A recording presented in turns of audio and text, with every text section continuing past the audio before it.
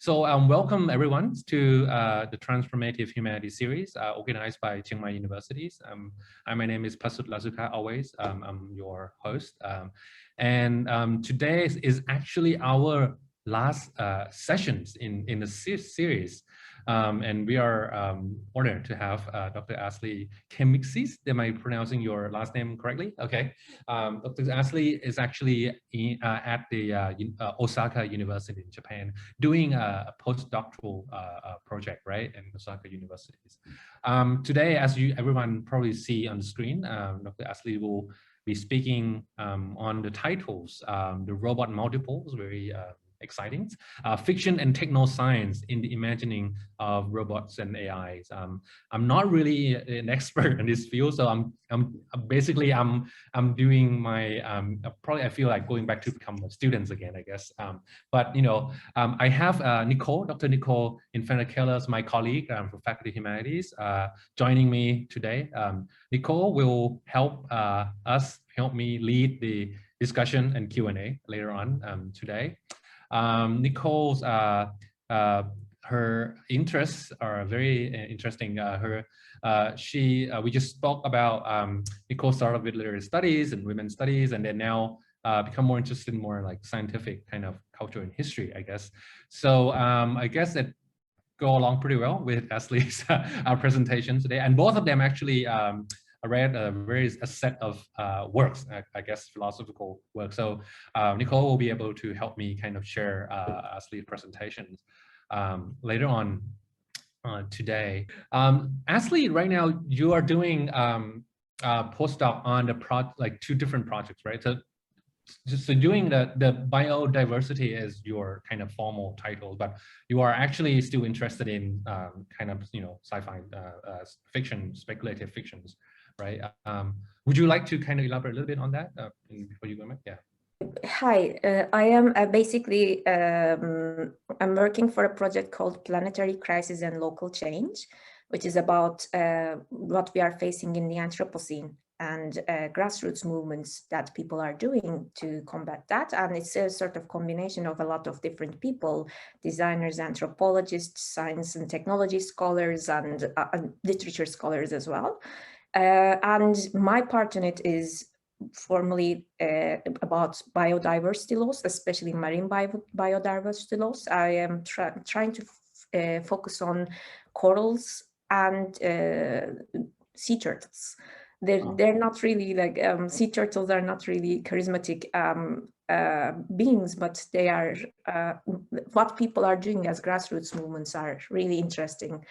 And I can draw parallels between Japan and Turkey because they're both certain activities like that. But at the same time, because of coronavirus, basically, this summer we came up with a sort of spin-off project called FICT, and I will talk about it later. And it's about speculative fiction and using speculative fiction as a sort of learning experience. Mm-hmm. And we will talk about it later, but yeah, I am not doing research on robots anymore, though I still have. This is based on your previous doctoral project, right? Yes, and okay. Like many years more as well. But the thing is that I still have a lot to write, and some of the things I will discuss today will be written later. Sure. Yes, sorry. Okay. So I think that's the introduction for this event. Nicole, would you like to speak anything a little bit before I throw the space back to Ashley to begin her presentations? I actually was just organizing my questions a little bit, and so I'm ready to jump in at the end, but I'm very excited, Ashley, about your talk. Okay, without further ado, I'll give this time to Ashley to start her presentations. Go ahead, Ashley. Thank you very much, Pasut and Nicole, and everyone who's here now, and everyone who's going to watch this later. As Pasut said, I'm a postdoc, but I did my PhD research and then like 2 masters on robots, basically. And I have a sort of peculiar road that I took. I will explain it later. And today I'm going to be talking about the robot multiple, alluding to Anna-Marie Moll's multiplicity and some other people's multiplicity I will talk about later too. And basically I want to, how can I say, explain the sort of relationships of fiction and technoscience and how our imaginations are situated in a certain way, and how that affects this sort of vague category of machines that we call robots. By the way, I hope everyone is hearing me properly. It's good? Yes, okay. So let's start.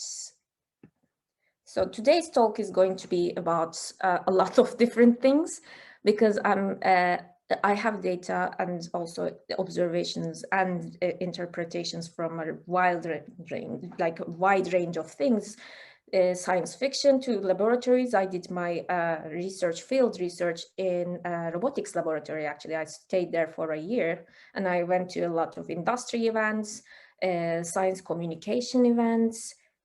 So I have been in this sort of world of robotics and AI for 4 years, basically, as an active participant. And I got to meet a lot of people, talk to a lot of people, and got sort of probably a different type of understanding than many other people who are studying robotics. So this whole talk will have this sort of common thread, that is the co-constitutive nature of science and science fiction. It's not science and not science fiction is something that happens in a vacuum, and actually they are like, this is something for given basically, and people are now thinking that, okay, what is new about this? I'm going to basically elaborate on that, and also how it affects the new sort of imaginings. Even they are new, they're not really new. So we will see how it happens. And this is going to be a sort of slice of what amounts to be a decade of work. I have been working on robots since 2008, and I came into like studying robots because I empathize with them. When I was reading robot fiction, I was empathizing with the robots rather than the humans in that. And that will be explained in the latter part. So this sort of viewpoint is always in me, has always been in the decade that I have been working on. So that has this sort of particular viewpoint that I have. Please keep that in mind. And I will be talking a lot about a lot of things, but they're not even a sort of scratching the surface. When we are talking about something, you can use the chat box. I would love you to, like, if you come up with some sort of example, you can use the chat box to basically write I remember this, or like, if you have questions too, I suppose Nicole will help out with that in the end of this whole lecture. But when you remember something, or when you have something to ask, you can always use the chat box during this. So let's start.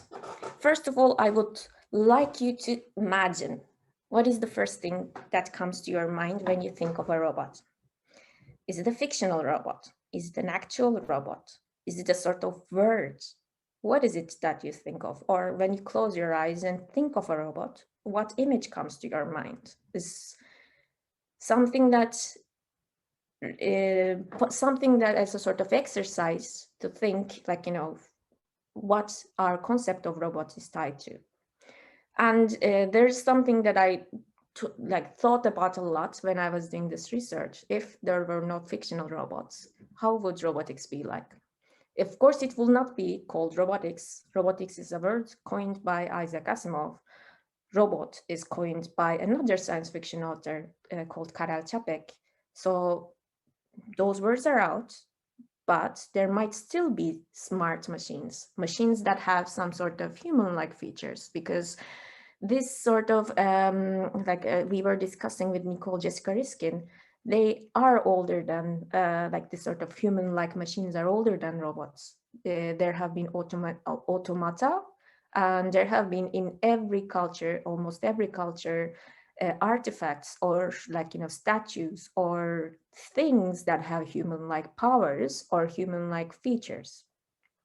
But let's say, for the sake of speculation, that this whole science fictional, a bulk of science fiction that is about robots did not exist, then how would that be like? Would that we have this kind of humanoid robots that look and move like humans? Or would we have had machines that are smart washing machine, for example? Or would we have smart, I don't know, the word smart I'm using very, very loosely, smart cars. What would smart entail then if we did not have this sort of prior stories about things that did not exist? But if we did have this sort of smart machines, what would they be made for? Like, what would be their purpose? What would they look like?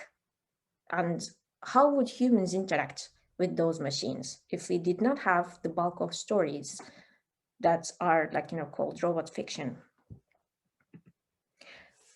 These questions are not something to be answered by like, just I want you to think about it because it's important to see how like, our imagination is situated in a certain way that even if you have never read science fiction, you still have an idea about robots that comes from science fiction.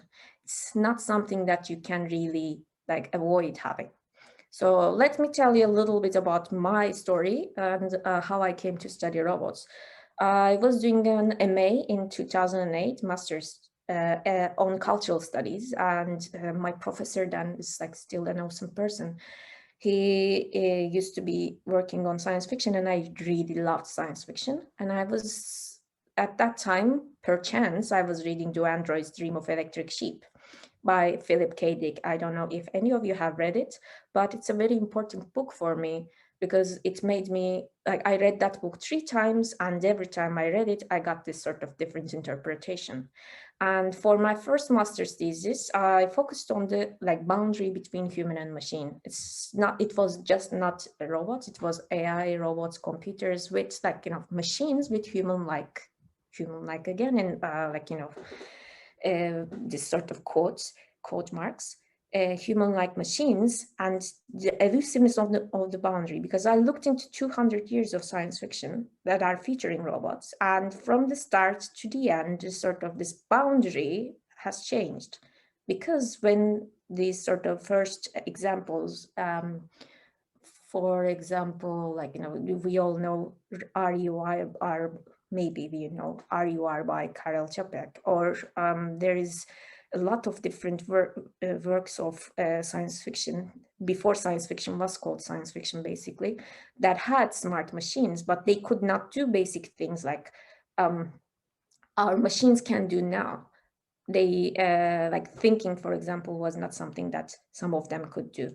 I am discounting RUR because RUR is a sort of allegory that is about capitalism, basically. So I was reading this, constantly consuming and reading this sort of robot fiction, and there was always this sort of, I was mainly consuming Western science fiction because I did not know how to speak Japanese at that time. And what I was seeing is that the robots want to become human, but they cannot be equal to humans for some reason. So this boundary had changed throughout 200 years. And in the most recent examples, some of the robots do look exactly like, when it comes to science fiction, they look like humans. They cannot be distinguished from humans, but there will still be something that is missing. I was obsessed with this sort of boundary, and why does it exist is because I am, again, empathizing with the robot. I was really confused about why it exists, why it has to exist. And second step, after my first master's, I came to Japan to do a PhD on Japanese science fiction, basically. And I was in a different, in Osaka University again. For 2 years, I was a research student. And I was studying Japanese pop fiction, manga, anime. I was looking into the sort of theories about them. I was consuming that sort of work, learning Japanese at the same time. But destiny happened, and I became an anthropology student at, doing a second master's in 2014. But I still wanted to work on science fiction, and I still wanted to work on robots. But as an anthropology student, I had to change what I was doing a little bit. And of course, my department was open to having me, someone who did not have an anthropology background, but they asked me to make my research more anthropological. So at the first my first entry into anthropology, I wanted to look into the relations between science fiction and technoscience with a focus on humanoid robots. I went into, for the first time, I saw an actual robot in my life. Okay, I saw a humanoid robot. I've seen different kinds of robots before, but this was like, you know, after coming to Japan, I saw my first humanoid robot, and then I started studying them. And then fourth step was to basically go all into the technoscience part of it. And I did field work in a Japanese cognitive robotics laboratory for a year. I went there like a member of the lab, and I talked to a lot of people in the industry of robotics and AI. And I did my PhD on that. I will talk later about more. So I want you to, like, you know, understand that I'm coming from a sort of combination of science fiction studies and anthropology, and I have been working with these two into my research for, like, you know, since I have become an anthropologist. Let's talk about the humanoid robot. Okay, so there are two aspects of, like, you know, the humanoid robots that you should know. We are talking about now the technoscientific, like, you know, assemblage, the machine, basically. It should be programmable.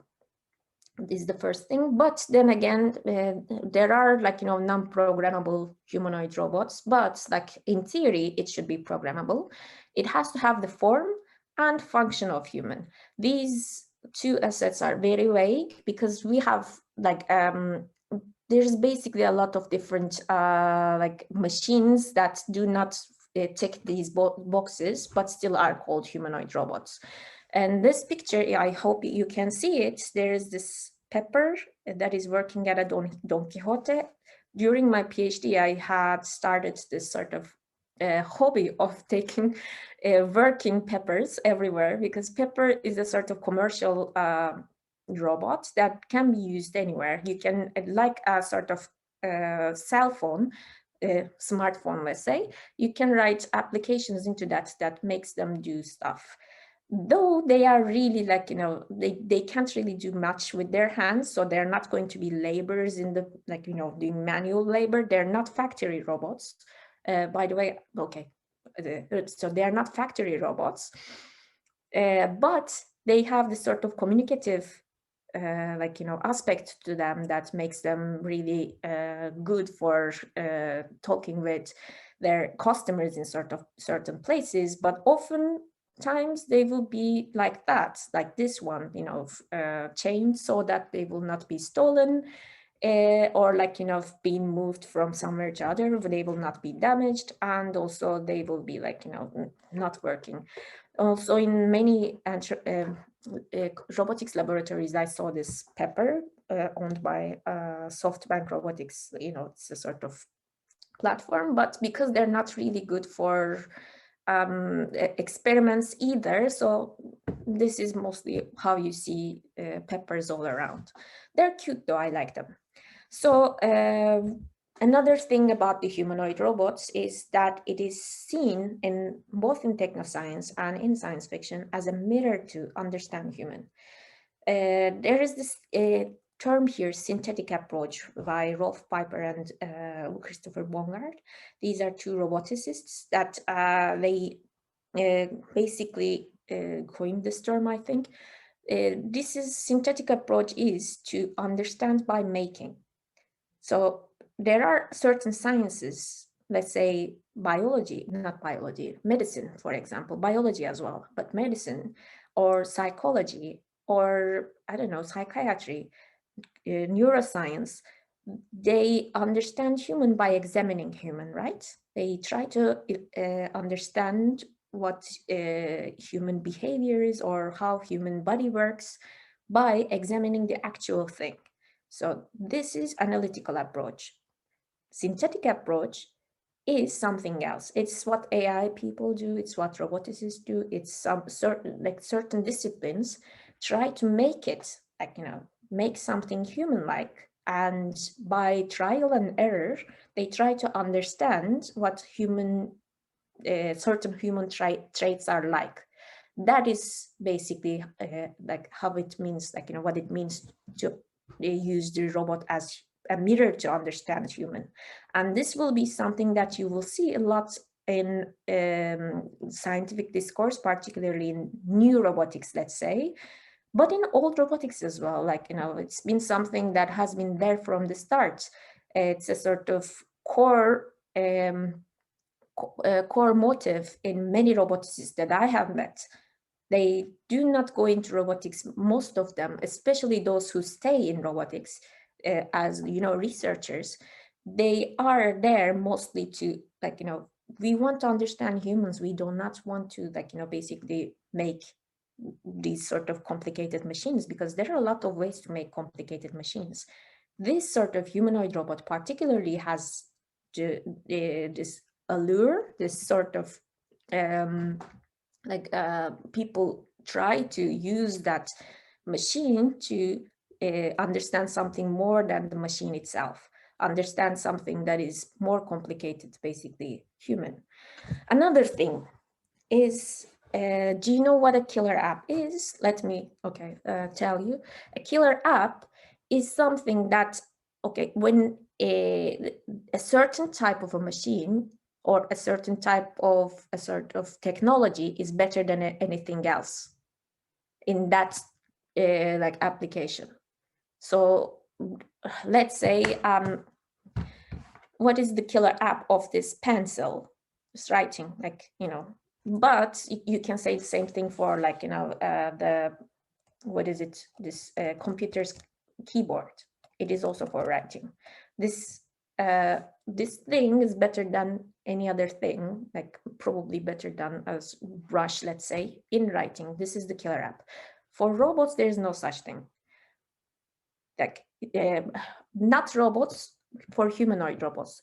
What it means is a robot does not have to be humanoid. Actually, it is more so a difficulty for many purposes, like where robots are, how can I say, where robots are employed. For example, factory robots do not have to be humanoid. They're mostly just arms that are moving, like, in coordination with each other. Arms are more effective and they don't have to be humanoid. Or when it even comes to cleaning robots, a Roomba, or the sort of round thing that some people use, is better than a humanoid robot trying to, do this sort of cleaning. So when there is no killer app for a technology, then people are trying to make it some way. And that all is coming into, like, mostly human interaction is very important for many roboticists. That is what they are trying to say, sell at least. And of course, there is a lot of different applications, but search and rescue, for example. But even search and rescue robots don't really have to be, like, it's difficult to make a body like a human body and make it move very efficiently, because we are a sort of weird thing that happens in evolution. So we work, but not everything works. 4 legs are better than 2 legs when you're trying to move, for example, in like, rocky terrain, for example. So this is about application. It is important to know that the humanoid robot does not have to be humanoid, but there are still a lot of research and a lot of funding towards humanoid robots too. And the final thing for now is that, like, the humanoid robot has an SF history. It's, as I said, the robot has been coined by a science fiction author, and this sort of humanoid robots existed in science fiction for a long time, since, like, let's say 1920. But then still, like, very soon after, people started making things that look like a sort of fictional robot, and then they try to sell it as, this is an actual robot, this is a dream come true. It was a dream before it became an actuality. And now there are still robots that are everywhere, like this pepper here. But the thing is, they don't live up to their fictional counterparts. The fictional counterparts are always more human-like, are always better in moving, are always more smart. The actual things are far from that. let's go into robot multiple. So I asked you, I don't know if people have written anything. I asked you what comes to your mind, and these are some of the things that I came up with a while ago. So when you say robot, what comes to your mind? Some people would think of a product or an innovation, or some roboticists, as I said, would think of mirror. Some would say companion. Posthumanists would probably think of singularity, which is, you know, the sort of machine intelligence, basically overcoming human intelligence, going over human intelligence. AI would be something that comes into mind. There can be a lot of different things that I did not think of. Wait, so can you see this? This is something, this also I prepared a while ago.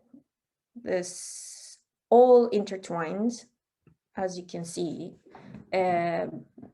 This robot laboratories that develop actual robots are not without, like, you know, they're not in a vacuum, they're not closed off from the world, and they exist in this sort of world, and they exist also in the sort of sciences, understanding of sciences about certain things. And they are unfortunately very much, especially in the case of this humanoid robots, they are very much tied to capitalism and funding, you know, what ails all of us basically in academia, but for them it's more like, you know, private funding is important. And in laboratories as well, you cannot say, no one can say that robotics and AI are like, okay, robotics and AI are two really different worlds. And even in this sort of robotics part, there are a lot of different practices. There are a lot of different understandings as well. Something that, okay, let's say intelligence. The understanding of intelligence is not monolith. There are a lot of people who disagree with a lot of things, and they still work in the same discipline. I suppose in that sense, they're more in fragmented than a lot of different disciplines, because one thing that you should keep in mind for this whole thing is that there is no roadmap to make a human. Like, no one knows how to make a human. If we did, then things would have been different. So a lot of the work that comes in and goes in robotics is trial and error. And also a lot of it is combining different knowledge practices, combining different understandings together in this laboratory setting, and then trying to make something out of it. If it works, it works. If it doesn't work, it doesn't work.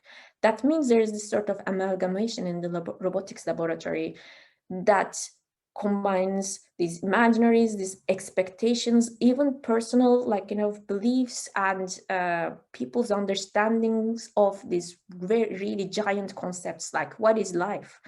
What is intelligence? What is emotion? None of them are monolith. And then what you come up is this world of different practices and different basically research materials that sometimes use same robotics platforms, which is, when I say robotics platforms, I'm sorry, you can see a robot in this one. This is, but any robot that is used in an experimental setting is a robotics platform. Let's like understand it that way. So they can use the same robots for their own experiments, but they're different. And that is when I'm coming to multiplicity. Okay, so I talked about multiplicity and Anne-Marie Moll. It's about ontology, basically, but in Anne-Marie Moll's Body Multiple, it was she was talking about how this disease, atherosclerosis, was enacted differently in a hospital setting. There are doctors, there are practitioners, there are patients, and for all of them, the same disease is a different thing. It's seen differently, it's enacted differently, it's felt differently, it's interacted differently. So this sort of multiplicity, where Moll says more than one and less than many, basically, It is the same disease, but it is a different thing to all of those people who are working there. Okay, so my understanding of multiplicity is a little bit different than that, because robotics is not confined to a hospital like Moses.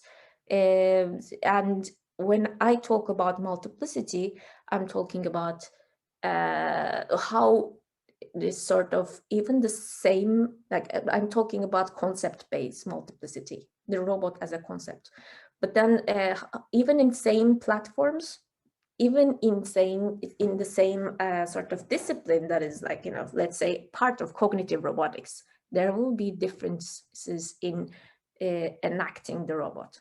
So I want to talk here about John Johnston's like computational assemblages, but like what he says is that every machine computational assemblage is like it can be computational, but like does not have to be a robot. It can be an artificial life project, or it can be an artificial intelligence project as well. All the interactions, all the purposes, they are basically written into or like designed into this sort of assemblage. When the robot is an extremely wide and vague sort of category of machines, you can't have to, like, we are not talking about, when you say robot, you're not talking about the same thing as like, atherosclerosis. But then still, even if you go into the sort of very minor details, a certain robot in a certain project, there will be multiplicity there. And what it becomes is like, when you think of the whole concept of the humanoid robot, it is chaotic, basically. So one thing is going to be central in this understanding is that a robot to think with is central. It's, as I said, the mirror. It is going to be what is life, what is intelligence, and like, the sort of answers to that. How a certain person moves in the world, what makes us human, is going to be important in understanding multiplicity, because these are the things that make the most difference than like any other thing.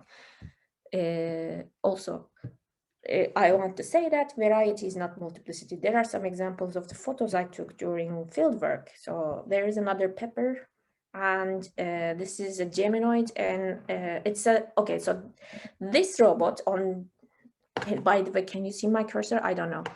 So this robot on the left is pepper. It's, as I said, can be designed to have certain apps that make them say and do different things. And here it is basically welcoming people to this snack shop that is like, for tourists. In the middle, we have this Geminoid designed by Ishiguro's lab, Hiroshi Ishiguro's lab. And this is, again, it's a humanoid robot, right? But this works completely differently. So what happens is there's a person in the room in the back, and this person is looking into a looking into a camera, and the camera watches the person's, this face recognition style, and mimics the facial movements and hand movements and changes their voice. It can be any person, by the way, in the other room, into a female voice, and like, the robot here, the android here, mimics the person's facial movements as well. So it is called teleoperation. I hope you understand. There are certain versions of Geminoids that can be programmed like the pepper, but this one is teleoperated. Someone is talking to a sort of face recognition sort of camera, and then the movement is translated into this one. So this female android is mimicking the movements of another person. Without it, it's going to be an automated mode, which will be basically moving a little bit and doing blinking a little bit. So that is another one. So this is variety, not multiplicity. And we can see this new Aibo by Sony here, which is a dog robot. And then in the bottom right is Now, which is a sort of, it is a robotics platform used mainly for human-machine interaction kind of experiments. They're really cute. They're everywhere. They break really easily, but they are a sort of, this is a easily manageable robot, and also it's cheap. So a lot of robotics laboratories use nows, and they're better than peppers. Now we are going into performances. I hope, like, you know, I'm not jumping so much. On the left, we see, you probably all have seen this videos of this robot called Atlas from Boston Dynamics. And what usually happens is Boston Dynamics is Atlas is usually, like, you know, jumps around, runs in different types of terrain, does acrobatic moves. Like they do demonstrations, because demonstrations are how you frame the sort of the research that you're doing. It is how you introduce your work to others as well. And this is really important in robotics and AI, because that is how you get funding too. With if you do a lot of outstanding performances with your robot, then you're going to have a lot of interest in funding too. But then Boston Dynamics' Atlas does not talk. It's not. There is a lot that is written into it. By that I mean, it is framed as a search and rescue robot, but initially it was funded by DARPA, so it's military funding initially. And then it was bought, I think from 2016 or 2017 to 2020, it was owned by the same company, like December 2020, that owns this Pepper. So SoftBank own this robot that is really scary, ginormous, and every time it does something, it sort of has a performance, has a demonstration, people talk about it for days. Oh, how scary it is. It's sort of a giant robot running around. The robots are coming for us. But the same company also owns Pepper, that is developed by French and Japanese people in 2 different labs. And basically, you cannot imagine Pepper doing the things that, like, they're both humanoid robots, but you cannot imagine Pepper doing the things that Atlas does, because it can't. It's mainly sort of walking Siri, not walking, rolling around Siri. But you cannot also imagine Boston Dynamics Atlas welcoming people in front of a ramen shop in Yokohama. It's like, you know, even though they're both very much sort of fall in the category of humanoid robots, what is written into them is like, you know, this sort of computational assemblages is what, like, you know, gives them this frame how they are. And they usually demonstrate that, particularly in media, so that they further their research and, like, you know, promote their work. And now I'm going to, like, explain a little bit further what I mean by multiplicity. And these are 2 episodes of field work that I had. So on the right, can you see? I hope you can see. There's a tiny robot and there is a poster in the back. So field friends, an interlocutor whom I call Javier. His name is different, but I call him Javier. So both of us went to this AI expo with free tickets because we got some. And then at the same place, there was this another expo for merchandise. You know, merchandise is for basically what you know, the figurines, the games, the sort of t-shirts. So popular culture merchandise. There was an expo for that. And this was there. And I was super amazed because my master's thesis was about the relations of science fiction and popular culture, right? I'm sorry, science fiction and technoscience. So I was looking into that, and this is basically this small robot in the like, you know, front is made by a company that is for, like, you know, basically how can I say, car fight, sort of like that. So these are people can fight with these robots, tiny robots, but it looks more like a sort of car to me. But it's not, it's a robot, proper robot.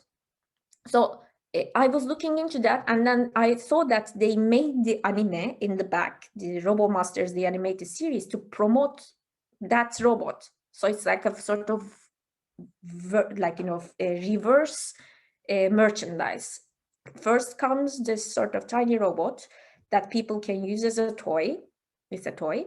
And then they made an animation into it. And I was super amazed by this sort of connections that I'm, and then Javier next to me starts saying that, okay, this part you see, it's a sort of, this gear is here and this is GPS. And as you can see in the back, there is this torque, and he went directly into these details about how the robot is made. And I'm like, we're thinking completely different things faced to this item. It is expected. I'm not a roboticist. I don't have any intention to like learn where the GPS of this machine is. But then his eyes go directly to this part and that part. He's more interested in the machine itself, and I'm more interested in what the machine represents. And there I can see this sort of, oh, we're in different worlds now.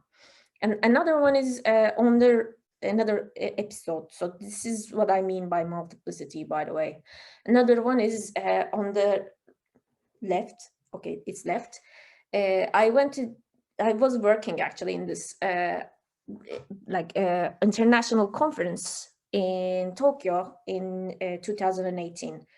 And it's a conference that brings together a lot of different people working on robotics. So because they cannot decide on the name. So ICDL stands for International Conference for Developmental Learning, and EPIROB stands for Epigenetic Robotics. So they are a lot of different people working on robots and AI, but in a setting that tries to understand human mind.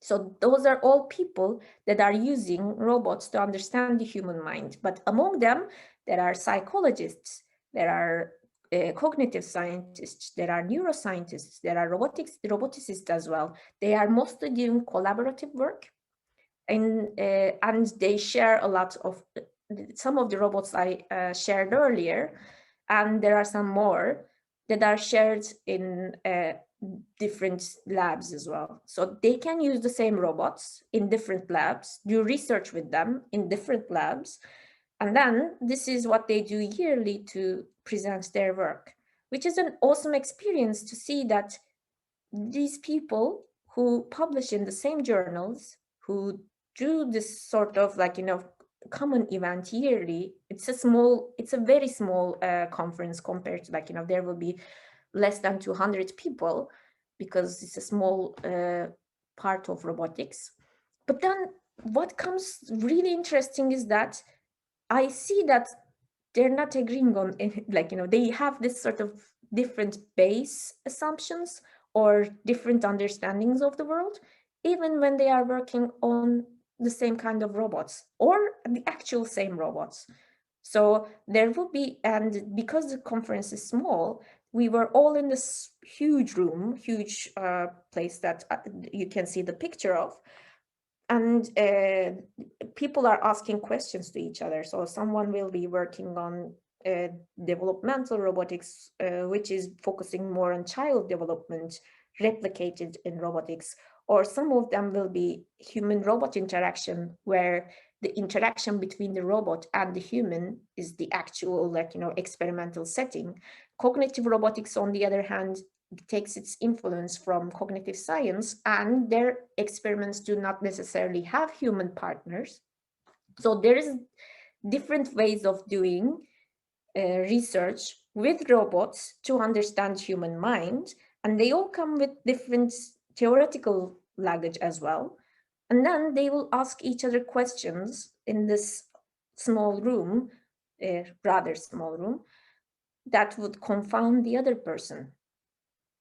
Something that would be like, oh, did you try it like that? They would ask, and I did not think a robot could do this, can be an answer. Because if you're coming from a theoretical background of doing only human-robot interaction sort of work, then a sort of robot doing something by itself would not be that much of part of your world, basically. And the thing that when sometimes it doesn't even seem like, it doesn't even enter your mind prior to that question has been really interesting for me. And there it comes, like, the sort of multiplicity. Another example can be that I have heard from an interlocutor, one I look up to actually, that they think that eyes and hands are intelligence and other things are not. Like people who are coming from machine vision kind of background will be focusing mostly on machine vision, even if they are working with robots. The robot has a full body. It can do things with actual, like, without seeing as well. It can be like hearing and speech, or it can do something like, walking, or in the Atlas case, as we saw earlier, it can do acrobatics even. But for some who are coming from machine vision, seeing something and by, like, doing something to the thing that it sees is intelligence, but for example, walking is not. And for some roboticists, it will be intelligence. There's so many episodes that I have from my fieldwork where roboticists do not agree on anything. It was basically really interesting. So how is our imagination situated? This is this paper that I wrote. So there is a lot of work about imaginaries everywhere, basically. But also in science and technology studies, what is considered to most people is, when I say popular imaginaries, is going to be like, okay, popular imaginaries about robots, they will say that robots will rebel, for example. That is a popular imaginary to some. I expand that. For me, imaginaries are materials of imagination, and anything can be an imaginary if it's activated. Things we imagine other things with. And I'm taking this from Haraway and Merlin Strathern. It matters what ideas we use to think other ideas with. Haraway has quoted this many times because it matters. It matters because it situates how we imagine things. And in this way, when I say materials are imagination, a lot of STS people think materiality. It's not about materiality. Materials in the case that it's what we build something with, and it can be a lot of abstract things like norms, beliefs, facts, fictions, assumptions, values, biases, existing structures, which is going to be important in the latter part of this lecture. But like these things make us imagine things in a certain way. And basically robot is coming to life as well the same way. It matters what we use to think with. So I want to discuss Haraway's string figures. For Haraway, Donna Haraway, SF can stand for science fiction, speculative fabulation, speculative feminism, speculative fiction, science fact, science fun, and string figures. Probably you all know of string figures game because it exists in many cultures. In my culture as well, we have this. So it's basically you start with a string, you put it in your hands and or other parts of your body. You use parts of your body. You create a shape, and then you pass it to someone else, and then that someone else makes it into another shape and passes it to you. So this kind of game is how she explains science fiction and science fact, or other SFs are related. And I completely agree with that. It's even if it's just our imagination, even if it's what we do with our imagination, if we are creating a fictional being, or if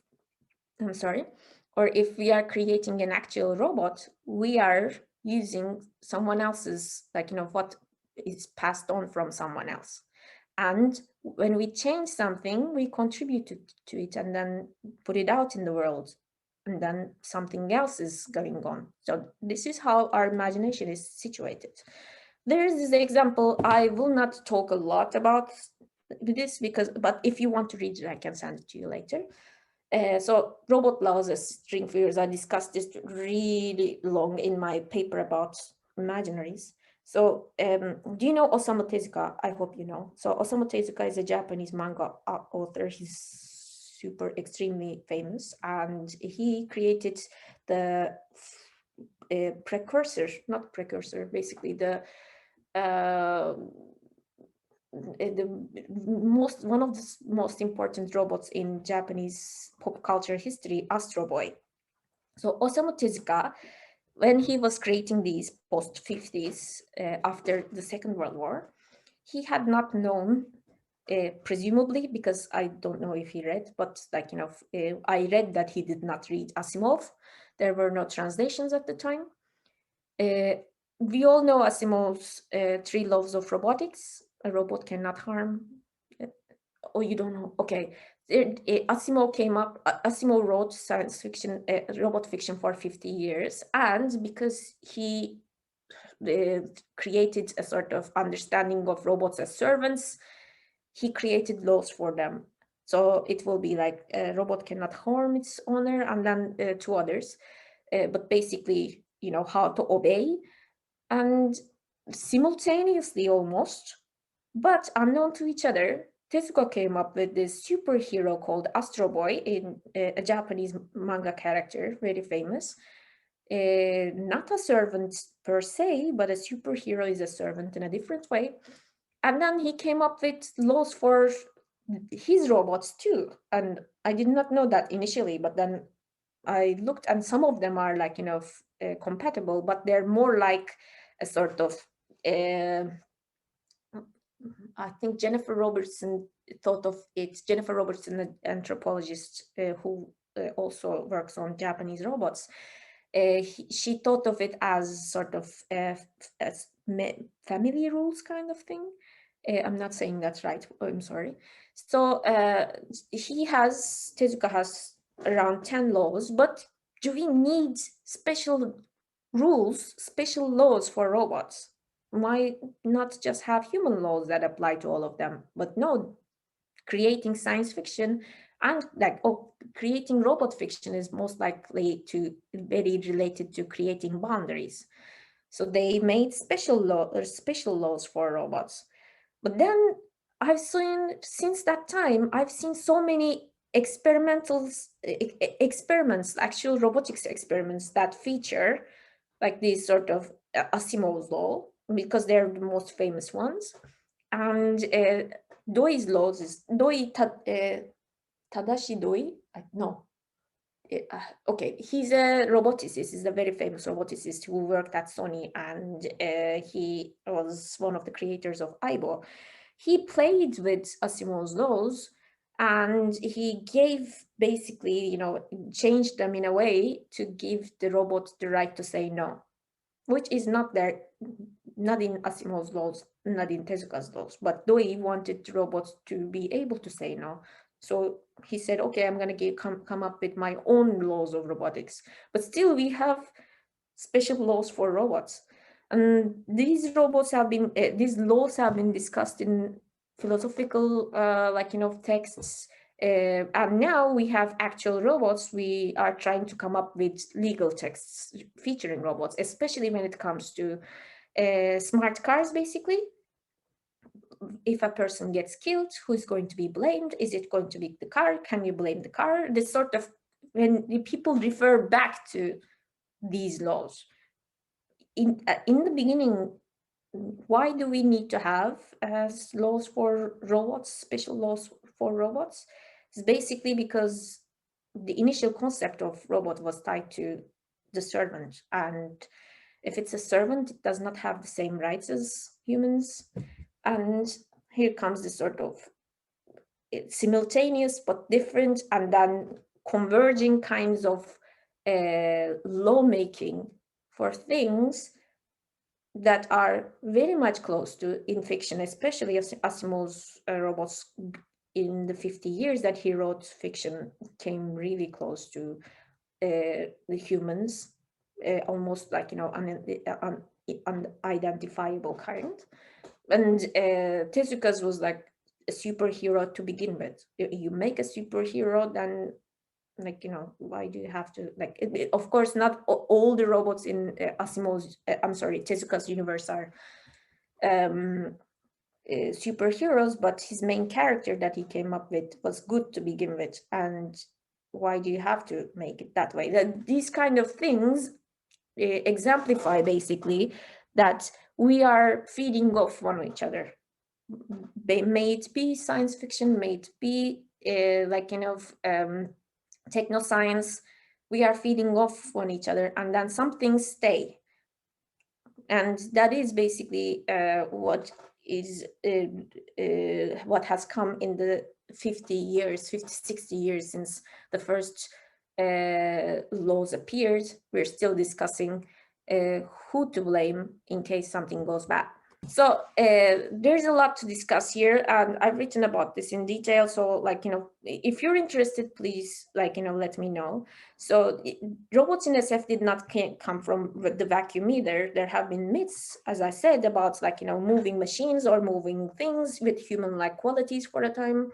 And when SF is born, simultaneously there have been a lot of, like, you know, robot fiction. But it has always been about what is human-like and what can be replicated in a robot and what cannot. What part of us is so important that it cannot be replicated in a robot, in a machine, basically. This, as I said, creating robots in fiction and in technoscience is, in my opinion, about creating boundaries. It's intentionally or unintentionally, unfortunately. So this Lucy Suckman and Claudia Castaneda have written, they were, like me, they were influenced by Donna Haraway, and they wrote about almost minds, and I will discuss that later. But I think almost humans are the main influence when making robots. And I will pass this. But there's this one thing that is important. When you are reading or watching robot fiction, I said that at first I empathize with the robot. I empathize with the other. What do you empathize with? Do you empathize with the humans or do you empathize with the other? And now I will talk a little bit about more science fiction. Do Andre's Dream of Electric Sheep. So when the first time I read this, I was so empathized. I so empathized with the robots and androids that I started doing this research. And then in that research, I found, I found that actually Philip K. Dick hates androids. He says, like, I found that in other writings of his and his, how can I say, his interviews as well. He says that androids are a cruel and cheap mockery of the former, which is humans, for base hands. So in Do Androids Dream of Electric Sheep, Philip K. Dick draws the sort of line between human and machine in the lack of empathy. And to him, I don't know how much he knows about psychology, to be honest. I don't think he knows a lot. He thinks some of the mentally disabled, particularly the people with schizophrenia, are closer to his androids than humans. So subhuman, because they lack proper empathy or feeling, which is very vague. Why do someone with schizophrenia like that? He thinks that so, like, you know, for him, some of the mentally disabled are subhuman as well. And when Ridley Scott made it to the movie Blade Runner, he apparently hated that too. He said that Scott made his androids into angels, even though he doesn't like them at all.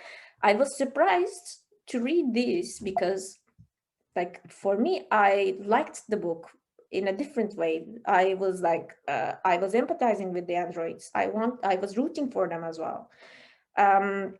So there is this, like, you know, as I said, the robots are modeled after humans, like, they are supposed to mirror human, but what kind of human? Not every kind of human matter the same to, especially today's capitalism and technoscience. And this, as I said, most of the roboticists come into this research because they're interested in the human mind, but they carry with themselves this quite troubling luggage of, like, structures that they have in their minds, and it translates into the research that they're doing. So for me, when I went to this very, very hard to get into, sort of like $500 ticket sort of industry event called AI and Society in Tokyo, with giants of the AI field. And the first day was how to earn money from AI. Basically, a day of people, okay, invest on us, you will not regret. So they are selling a commodity. And the second day was basically dedicated to ethics of AI, which is a misnomer. There are no ethics of AI. There's most likely, how to make AI obey things. So it's just going to be the second days. How can we make them so that they don't make a mistake and they do their things properly and they don't kill us. So this kind of, at the same time, selling them as a commodity and trying to make them human-like together, it disturbed me so much. And then that was the part where I started to, get cold feet, not cold feet, like I was getting, honestly disgusted by many of the discourses that are happening in robotics and AI. And Castaneda and Sukman were like, they are comparing robots to actually drawing parallels between model animals, which are like, mouse and primates that are like so similar to humans in a way, but it's okay to also do research on them, like not like humans. So you can basically do a lot with them. So they are comparing robots to them, and they have this reading of primate robot. But then in my research, I came to the conclusion that it's not just children. Children are always like, a sort of almost mind in a way. Artificial intelligence, computer programs, non-human primates. But in my research, especially with Japanese robotics, that I can also add, unfortunately, women and neurodivergent folks. So you can see there's this book called Challenging Sociality by Kathleen Richardson, which is like basically, it takes place in UK, I think. But then it's a research on autism, and it uses robots. But the baseline of that research is a sort of very controversial figure, to say the least, like, a view that sees autism as extreme male brain, which is problematic. Like the whole premise is problematic, but then they have huge funding to do a research and the experiment fails, and still Kathleen Richardson wrote a book about it. And I have seen in my field research, like there's this very successful roboticist talking, and he's saying that people with autism have less complexity in their brains than neurotypical folks. And I am like, I'm really angry. This kind of things happen often with women too. There's all sorts of research that are like, or with children as well. It matters what you do with these robots as well. It's just not like, how can I say, it's not going to be something that you can just take an assumption as basis that puts someone in a status, like it's less complexity, easier to replicate kind of premise, and then we will be okay with it. It's just like I have this kind of, especially with my events fieldwork, I have this kind of understandings or like, anger issues with many of the research that is going on, because it's almost mostly made by men who are like, you know, carrying this sort of contingent empirical and ideological structures. They are modeling their robots after the other, not something new.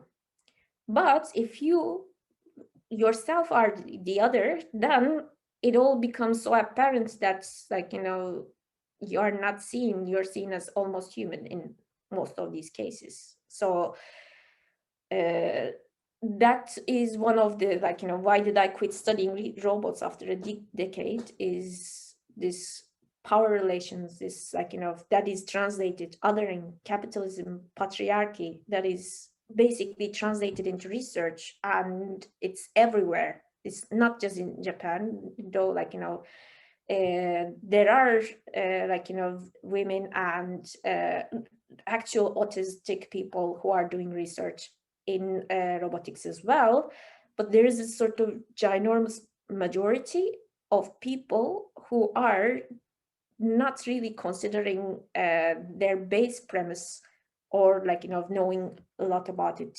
At least, like, you know, I don't think they know a lot about what they're talking about. So okay, this is the last slide, I think. So as I said, I have been obsessed with the limits of imagination, and it's really difficult to actually, like, I don't want to blame roboticists, because it's really difficult to break from this sort of patterns of imagination that we have been fed to. It's really difficult to imagine something that is considerably different. So I created this project with my friends, lovely friends from Osaka University, and then my advisor as well. It's called Fragmentary Institute of Comparative Timelines. And in that project, we decided to do world building as a part of learning experience. So we will do this probably, like, maybe yearly, maybe every 2 years. We will see according to the funding we have. Basically, we give people a prompt, and then we come up with different worlds according to that prompt. This year's prompt was to try to imagine what if European colonialism did not exist. So what comes afterwards, which is Renaissance, scientific revolution, none of that exists.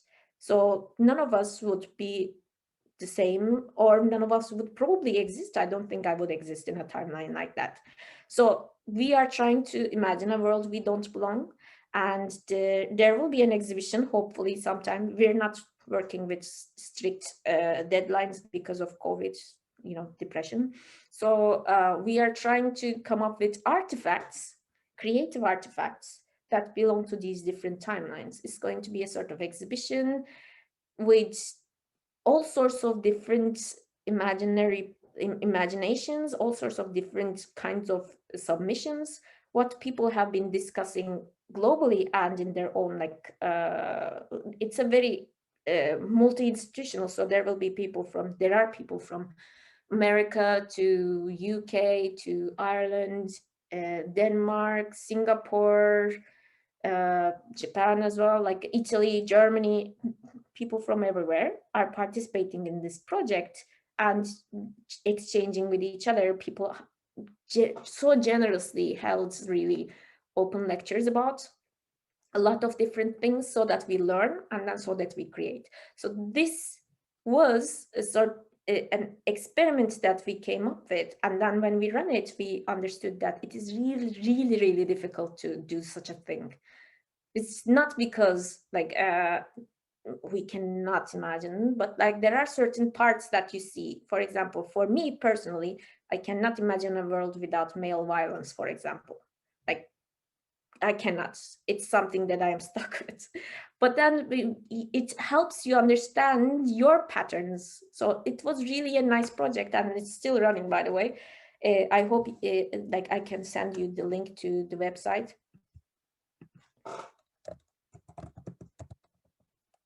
Okay, so that's basically, I will give you the link later. This is basically all. I hope I made some sense, because just wait a second. I will send everyone the link to our website for FICT.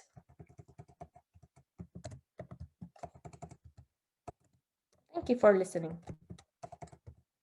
Yeah, while you typing the website, Fix, that's pretty interesting site name, Fix site, Fix.site. Thanks, especially the later part where you're trying to kind of elaborate your uncomfortable feeling with the research, field research in robotics studies and innovations, and trying to show how the projects, the last one, kind of connect to your the feeling of uncomfortable, and then trying to come up with, and I think for me that's really an interesting approach. You have this problem and come up with a kind of another projects critiquing, I guess, the problems that you find in the field. I'm just going to introduce everyone to Nicole. Nicole will help me lead the Q&A session. But I think before giving the chance for other people to exchange ideas, I think Nicole might have some of the interesting points to kind of respond to Ashley's presentations. And I saw Nicole was trying to putting down notes and stuff. Okay, so please, Nicole, the floor is yours. Great, thank you. And Ashley, thank you very much for the talk. I was especially, like some of the questions that I had prepared for beforehand, I think it was like your penultimate slide wherein you started talking a little bit about gender and the reasons that you aren't doing this work, which was, after our preliminary conversation, going to be probably my concluding question. It made perfect sense to me, but I still wanted to actually ask the question because so much of the work that we read about the future of STS and feminism and how, I guess there's so much of it that's optimistic.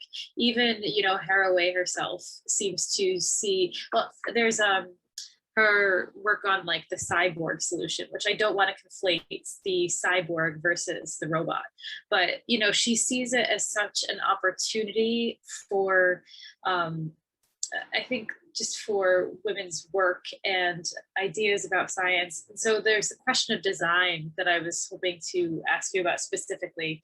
And so my original question before that slide was going to have something to do with, do you find any robots that are designed with gender bias? So obviously, yes. Now, I guess I'm going to shift that a little bit and ask, is there a reason for us to perhaps still continue on this sense of optimism in that, are there robots that are being designed either to the end product being something that is service or helpful to women's lives in general?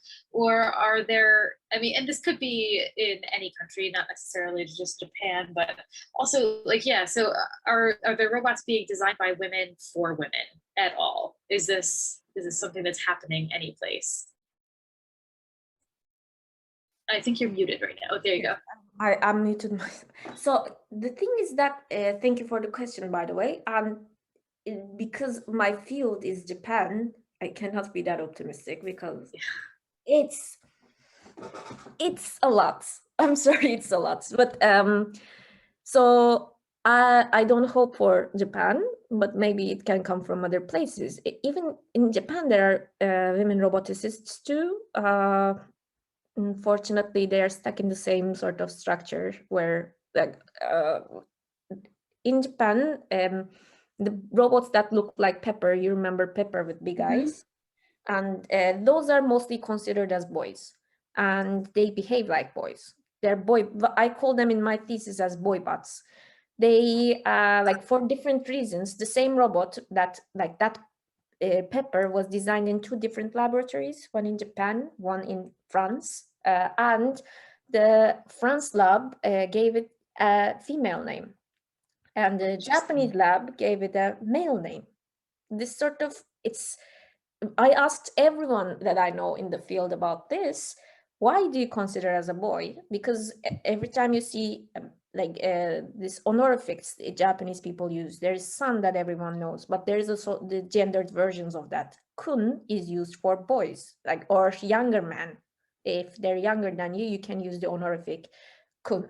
Or if it's a chan, then it can be a girl but like maybe a baby boy as well, but usually it's a sort of a girl. So these sort of gendered understandings are there in Japan, and it's very obvious. Then they can talk about Pepper as Pepper-kun, which is boy one, but any other one as well. There's a robot called Honda, but I'm sorry, Asimo, designed by Honda, and there's all sorts of different ones.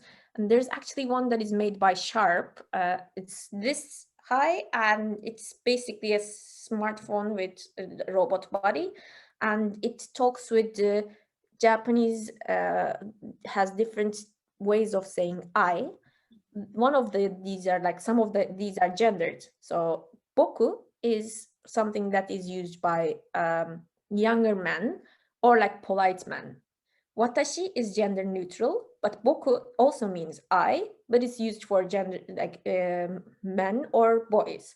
And that robot talks with boku, like, you know, as a first person. So they are gendered, even though on paper they will tell you no, they are not gendered. Like for Pepper, like they basically did not release any of the names to public, but then it came out later on that they were using a male name for Pepper over there, and they are saying outright, please don't gender them, they're gender neutral. They are not, they behave like boys. And it's very much also culturally understandable that way, because it will not seem like a boy to someone in Europe. I discussed that too. Anyway, so boy bots, but also female androids. You've seen the android that was teleoperated in this, like, you know, looks very much photorealistically like a woman. There is almost, okay, so there are a lot of androids made in Japan. It's something that Japanese roboticists love to do, particularly Hiroshi Ishiguro. And for some reason, if they are not made after someone like, you know, Da Vinci or Ishiguro himself or someone famous, they're almost always like, if it's a generic model, it's a woman. Mm-hmm. It's going to be a woman. And they behave, they're supposed to behave like women as well. So Ishiguro was doing a presentation one day, and okay, so listen to this. He was talking about how about thinking desire as the base of humanity. It's a really interesting concept, right? Desire. And then he has this video where he puts an android, female of course, to talk with, like, you know, there is this sort of speech recognition happening over there. So this robot is not teleoperated. This robot is talking to another woman who is Ishiguro's secretary. And what can this android ask? The android asks, so what kind of type do you have in man? What is your type? And I'm like, desire. Oh no. Oh, no. Are you serious? So I'm watching this and I'm like, again, I'm fuming. It's just something that happens when I'm in field daily, like when I was in field daily, because he uses his androids. He uses like probably the person who designs this like, you know, algorithm that makes, like, you know, an algorithm say something and then respond to something is also a man, and their understanding of a woman, what can a woman desire? A man. So because of that, I have absolutely no hope for Japan. There has been a lot of controversies about that as well. Of course there will be robots that are like, because in Japan it's not only women who need like smart machines to clean the home. There are a lot of men who live by themselves too. So there will be a lot of that. And there will be technologies that are like, but it is easier for that purpose. It is easier to make the home a sort of smarter machine than have a humanoid robot do all of these things, because humanoid robots are usually like a little bit better than useless. They will be very much like, they will require maintenance. They will they will make a lot of mistakes too. But instead, if they might be going into, like, you know, this sort of very specific machinery that do not look like human for that. So I am not very hopeful, but like it's not when I'm not very hopeful, I'm talking about Japanese robotics. Of course, there will be a lot more, not necessarily a doomed project. There's going to be a lot more coming from different places. It's funny though, because what you were just saying kind of took me back to, I really liked your opening question where you asked each of us to think about our first encounter or our first thoughts about robots. And I was thinking about my earliest moments, and I think it was the Jetsons. There's the little, like, I don't remember the housekeeper robot, the humanoid's name, but I thought of the Jetsons. And then I think my next, and I'm really embarrassed about this one, but I believe in the movie Spaceballs, there is a robot named like Dot Matrix or something like that. But in both of these situations, my first examples of this like humanoid robot were maids. They were like absolutely, they were representative of, you know, female robots, and they were there to clean up and help. So I think that was a good first question for me. So, and I mean, not to reframe what you're saying pessimistically, but in terms of the optimistic literature, wherein especially in the techno-feminism book, in the cyborg chapter, if you haven't checked it out, I can definitely send it to you. But they look at, the author uses Haraway to look at cyborgs and robotics as an opportunity to break so many of the binaries that we're used to seeing in science. So I mean, it was great. It was like nature, society, animal, man, human, machine, subject, object. Like, she goes on and on about it. And now I'm just, after listening to what you've had to say, it just seems that that's not the case in Japan, and that this is actually used to reinforce or reinstate these problematic binaries. But to bring that, I guess, to a third maybe question that you didn't really, and I recognize that your work doesn't really do as much with animals, but I thought about the example of Oncomouse, the oncology mouse. I don't know if you've heard of this, but it's the mouse that's used in scientific experiments where it's like genetically modified so that it gets cancer 3 times faster than a normal mouse would, so that it's that much more useful in experiments. So in the reading that I come across this example, it broke it down even further and said like, not only does it then we're like on the cusp of breaking down this idea of human and machine, but we're also on the verge of breaking down this triple axis of human, animal, machine. So I was wondering if you've encountered any aspects of like animal influence in the design of the robots that you've seen in Japan. There is in fact a lot about that. Like there is actual pet animals as well. Aibo is really, really popular. You can see a similar thing in, have you seen Spot? It's designed by Boston Dynamics too. It's a scary thing that is used by police, or like, you know, in America actually, like it's a very scary dog robot. But there is like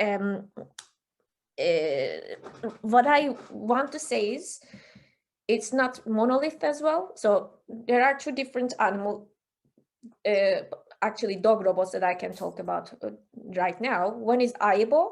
Aibo, actually the term means like, you know, partner. So Aibo is a companion robot. Spot is a cop. So like Spot is basically designed for search and rescue again, but it's like, it is completely different. It's ginormous compared to Aibo. Aibo is like the yay big. So Aibo is going to be forming a bond with its owner, and it's going to take pictures. It wants to be petted. It wants to, like, you know, affection. It will ask for affection. But then Spot will be able to open doors. It will be able to go into, like, you know, disassemble a bomb. It will be able to, like, you know, patrol the sort of neighborhood to see if anyone is up for, like, it's the same animal, but they're contextualized into completely different ways. And again, when I said with, like, you know, Atlas, you cannot put these in different contexts and the demonstrations are all that matters, like, in that sense. When Spot does a demonstration, then it will have like, it will be kicked around with actual people. Yeah, like Spot, I should type that, Spot's name, Spot demonstration, Google. You can see people kicking this dog robot. It doesn't really look like robot. It's a sort of quadrupedal, so it's like, quasi robot, a quasi dog. But eyeball looks properly like a dog, and it has like, sensors the new version has sensors everywhere, so that it knows when it's being pet. So it's designed in a completely different way. So, but both of them, when they are designing these two robots, they're basically taking influence from human mind, in the sense that whatever you're designing, you design that on the thing you know the best, which is, we know best is like, human mind. They're coming from, when they are using visual machine vision, visual recognition, like, they are using the same knowledge that comes from, like, machine vision, which is inspired by human vision. So it's not that some robot will like, have the same mind of, like, as a dog, but it's like, will have something that will be useful to humans in a way or another. They're inspired by dogs' behavior, human cognitive abilities, and also, like, what robotics can do. It's a sort of amalgamation. So yes, there is, but can I, like, do I have time? I will talk years about this. I am really, like, with these demonstrations, I'm really interested in how it is framed. When we are breaking these barriers, how we are breaking these barriers. Another field, event that I was really fuming is children. So child robots are used a lot in robotics experimentation. So there's this really famous roboticist who is thinking of, okay, what can be the base of human? He was thinking about pain, which is again an interesting theory, but then it's not a whole theory that makes sense. He's one of his students, a grad student in his lab, designed a artificial nerve that transmits pain. So it's this big sort of strip, and when you put, like, hit, or, like, put pressure here, it translates to the other place what kind of pressure it was. Was it a hit? So, like, if it's a hit, it will be hurt. If it's a squeeze, like, or, like, if it was soft, it will be not hurt. So that kind of experiment. The whole thing is this kind of strip that transmits signals that is interpreted over there. And here there is motion. So motion transferred into signals, transferred over there, translated into the interpretation, if it's hurt or not hurt, if it's pain or not pain. But the demonstration had a child in it. So it's a child's head, a 3-year-old child's head. And when this person here hits with a sort of comical tool, the child does faces like, oh, it hurts, it hurts. It does not need to be like that at all to demonstrate it. It's just the strip that is the experiment's result. But then putting there this sort of demonstration where a child is being hit by a hammer, comical hammer, and then making faces is like, yes, the barriers of these binaries are breaking, but how we are breaking, how they are breaking it is need to be considered.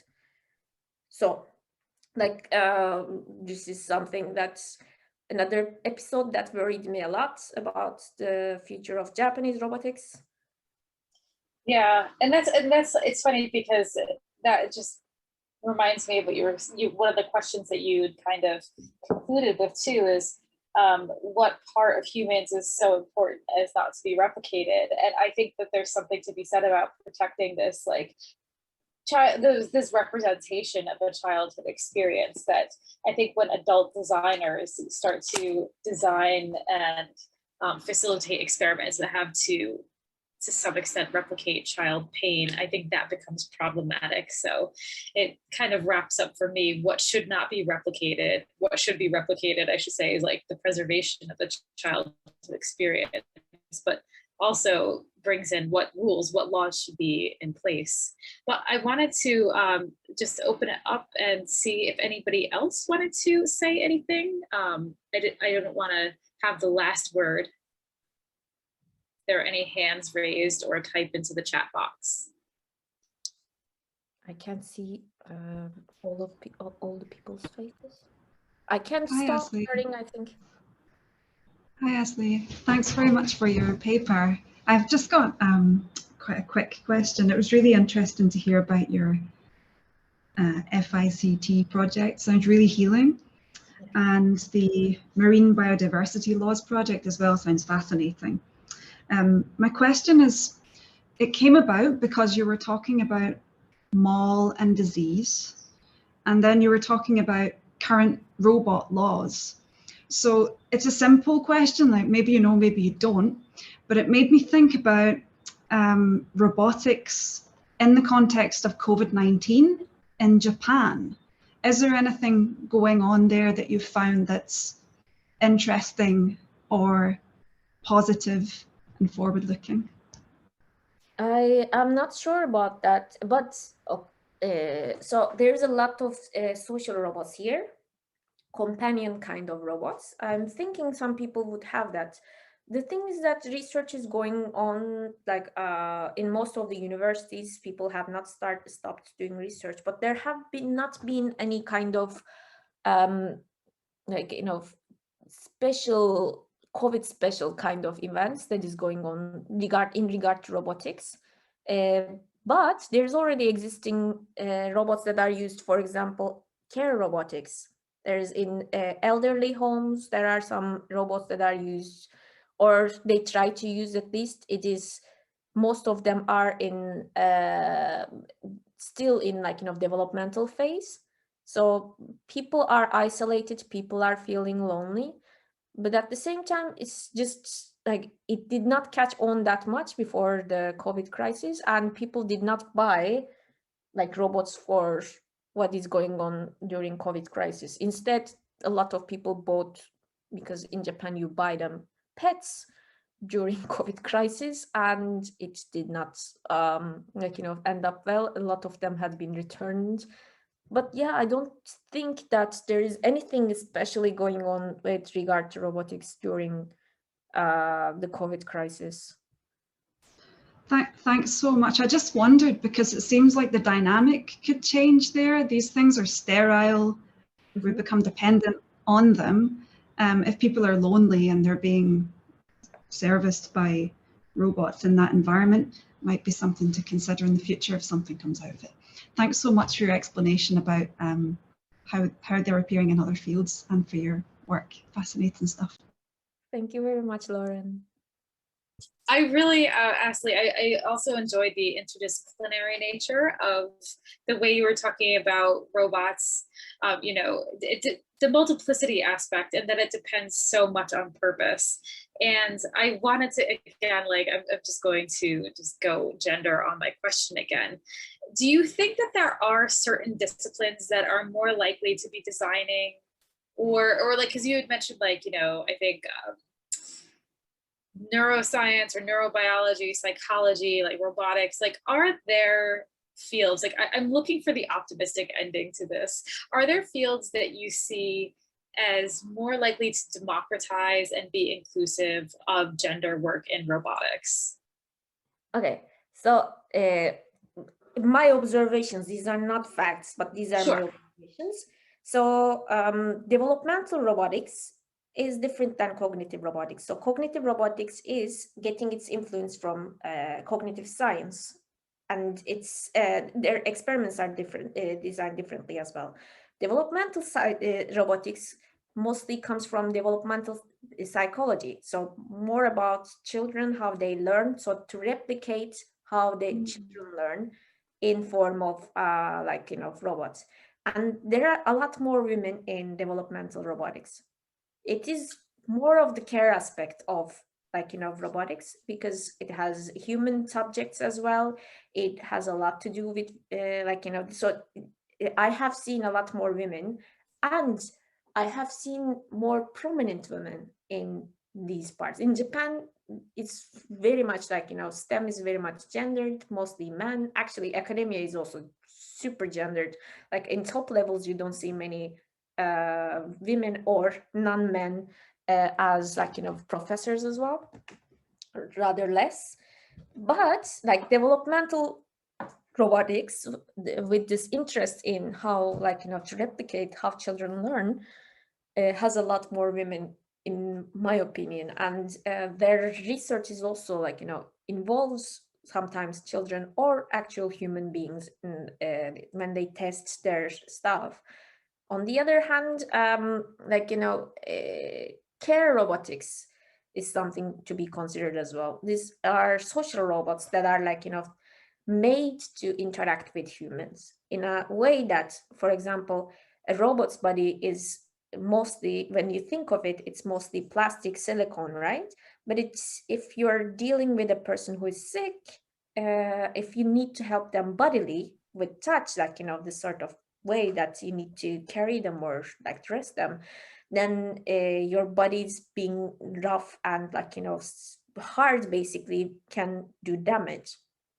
So that kind of robots are designed a little bit more softer. It's getting more common. So to embrace touch, like, to make it better for humans, like, how we interact with them. And in not that aspect per se, but in how they are designed to interact with humans. If they are designed to talk, for example, not all of them are. Some of them are just made to move in a certain way. It's difficult to actually manage to do both, like, because it's a difficult thing to, like, different technologies are involved when you're moving a robotic body and when you're doing speech and visual recognition. These are all different fields of robotics, actually. So there is a lot of work, and in these kinds of parts where it's care is more involved, there are a lot more women or non-men, basically. But it's like they're still coming. It's a very popular research area, so more women are coming. Even in Japan, like, there will be more women are coming. But of course, who holds the base, who decides of this sort of, especially when it comes to, unfortunately, it's something we all suffer. Unfortunately, who basically decides who gets funding is a sort of old man. Yeah. Or not even young man. So they will be deciding what is worthy of research. So that kind of structures are still there, but I am hoping they will die someday. So there is hope. I hope they will not be replaced by younger sexist, like, structures. But things are changing, but in Japan's case, slowly. Well, thank you for sharing that there is optimism in the field, though, in developmental robotics. I think that, when we think about providing care with the assistance of robots, it makes sense as a field. And I'm happy to end on that optimistic note then. And thank you so much for everything, Asli. I really enjoyed your talk.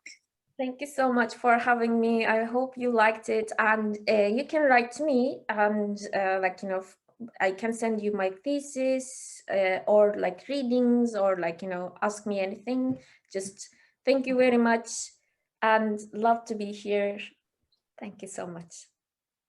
Yeah, just to add on the point that Nicole just mentions, that even though this is the last session of the the whole series, but actually the whole project of what we broadly call transformative humanities is not just finished yet.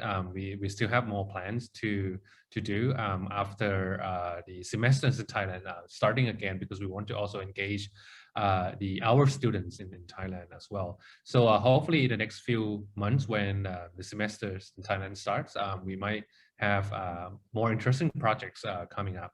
So that's for those in the room. You know, if you are interested in, we might be able to kind of broadcast our activities, you know, to everyone outside the university as well.